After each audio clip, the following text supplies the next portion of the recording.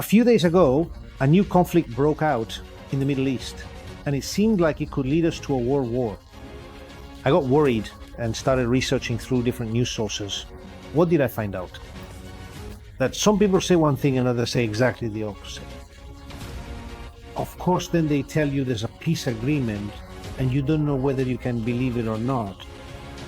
And along the way, while you're researching all this, you come across a whole set of images on your screens that, at least for me, are deeply unsettling.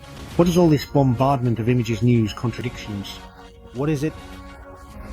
Noise, a lot of noise. And what's more, it's noise that is deliberately and intentionally created.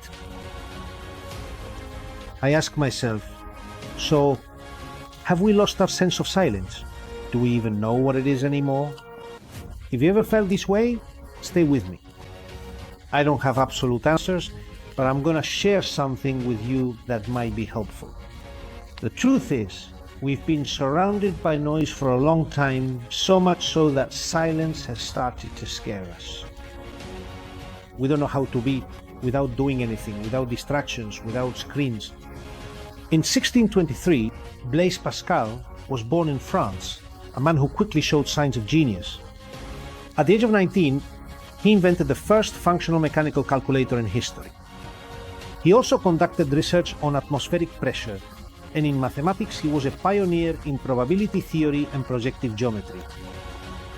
A true genius who nevertheless died very young at 39 years old. Even so, he had time to be remembered as an inventor, mathematician, and philosopher. And that's why I'm bringing him to you here today. In his book Thoughts, he wrote a very significant and very contemporary phrase. He said that all of humanity's misfortune stems from one thing: not knowing how to remain at rest in a room. In other words, fleeing from silence. And he said this 400 years ago, and it's true. Only in a space without distractions do the answers appear. Only in such an environment, when you stop reacting to outside stimuli, can you finally listen to yourself. However, they do everything possible to keep us from realizing this. Don't let yourself be carried away. Be brave and independent. These are qualities that are increasingly less valued in our society. Seek out silence around you. Hide from the noise, from the screens, from others, from everything around you, even if you don't do it physically. And not out of fear, but so you can reconnect with yourself.